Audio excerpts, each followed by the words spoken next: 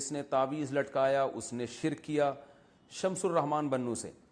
جناب شمس الرحمان صاحب، اگر اہل حدیث علماء کہتے ہیں کہ تعویذ لٹکانا شرک ہے، تو جس حدیث سے وہ دلیل پکڑ رہے ہیں نا، اسی حدیث میں رقیہ کو بھی شرک کہا گیا ہے، یعنی دم کرنا.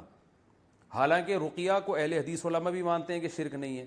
تو پتہ یہ چلا کہ جس حدیث میں تعویذ لٹکانے کو شرک قرار دیا ہے، اس سے تعویذ سے شرکیہ تعویذ مراد ہے. وہ تعویذ جس میں قرآنی آیات ہوں یا دعائیں ہوں، وہ تعویذ حدیث میں داخل نہیں ہے. کیونکہ رقیہ بھی جیسے شرکیہ بھی ہوتا ہے اور جائز رقیہ، رقیہ کہتے ہیں دم کرنا، تو رقیہ بھی جائز بھی ہوتا ہے، شرکیہ رقیہ بھی ہوتا ہے. تو اسی طرح تعویذ بھی جائز بھی ہوتا ہے، شرکیہ بھی ہوتا ہے. تو اہل حدیث علماء جس حدیث سے استدلال کر کے ہر قسم کے تعویذ کو شرک کہہ رہے ہیں نا، اسی حدیث سے پھر تو ہر قسم کا دم درود بھی شرک ہو جائے گا، حالانکہ ایسا نہیں ہے. تو جیسے رقیہ کی 2 قسمیں ہیں، اسی طرح تعویذ کی بھی 2 قسمیں ہیں. اور ویسے بھی کامن سینس کی بات ہے کہ اگر ایک آدمی کسی پرچی پہ یا اللہ مدد لکھتا ہے، صرف یا اللہ مدد کہتا ہے، صرف اللہ سے مدد مانگی جائے گی، یا اللہ مدد، اور وہ کسی کے گلے میں لٹکا دیتا ہے، تو یہ شرک کہاں سے ہو گیا؟ یہ تو عین توحید ہے کہ وہ صرف اللہ سے مدد نہ صرف زبان سے مانگ رہا ہے بلکہ ریٹن میں لکھ کے اس پہ مہر ثبت کر رہا ہے. تو یہ کامن سینس کے بھی خلاف ہے کہ ہر قسم کی تعویذ کو شرک قرار دیا جائے.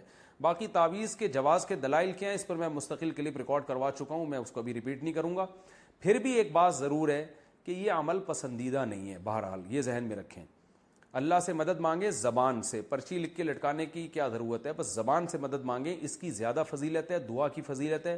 جو لوگ تعویذ گنڈوں میں پڑھتے ہیں تو وہ میں نے دیکھا ہے ان کا ایمان بہرحال کمزور ہو جاتا ہے اور وہ اسی میں لگے رہتے ہیں. تو اس لیے ہمارے علماء بھی اس کی گنجائش دیتے ہیں کہ اگر لوگوں کو تعویذ نہ دیا جائے تو وہ خالصتاً پھر جاہل پیروں کے پاس جا کے شرکیہ تعویذ لینا شروع کر دیتے ہیں، ورنہ یہ عمل شریعت میں کوئی زیادہ پسندیدہ نہیں ہے. نبی صلی اللہ علیہ وسلم نے فرمایا میری امت کے 70,000 لوگ ایسے بغیر حساب کتاب کے جنت میں داخل ہوں گے جو تعویذ اور رقیہ وغیرہ سے بچا کرتے تھے. تو امام نووی رحمہ اللہ نے اس کی تشریح میں لکھا ہے کہ جو جائز تعویذ سے بھی بچتے ہیں وہ اس میں داخل ہیں. بہرحال تشریح میں حدیث کی اختلاف ہے. تو الحمدللہ میرا اپنا عمل یہ ہے کہ کیسی گھر میں بیماری آ جائے، کچھ بھی ہو جائے، میں الحمدللہ کبھی پرچی نہیں لٹکاتا، نہ بچوں کو میں نے کبھی تعویذ لٹکانے دیا ہے.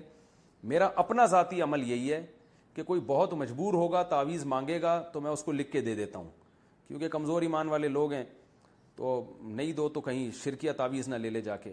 اپنا عمل یہ ہے کہ میرے جتنے بچے ہیں، میں خود بھی، گھر والے بھی، میں کب اگر آپ میرے چینل پہ نئے ہو تو لائک، شیئر اور سبسکرائب کرنا نہ بھولیے گا. Thank you.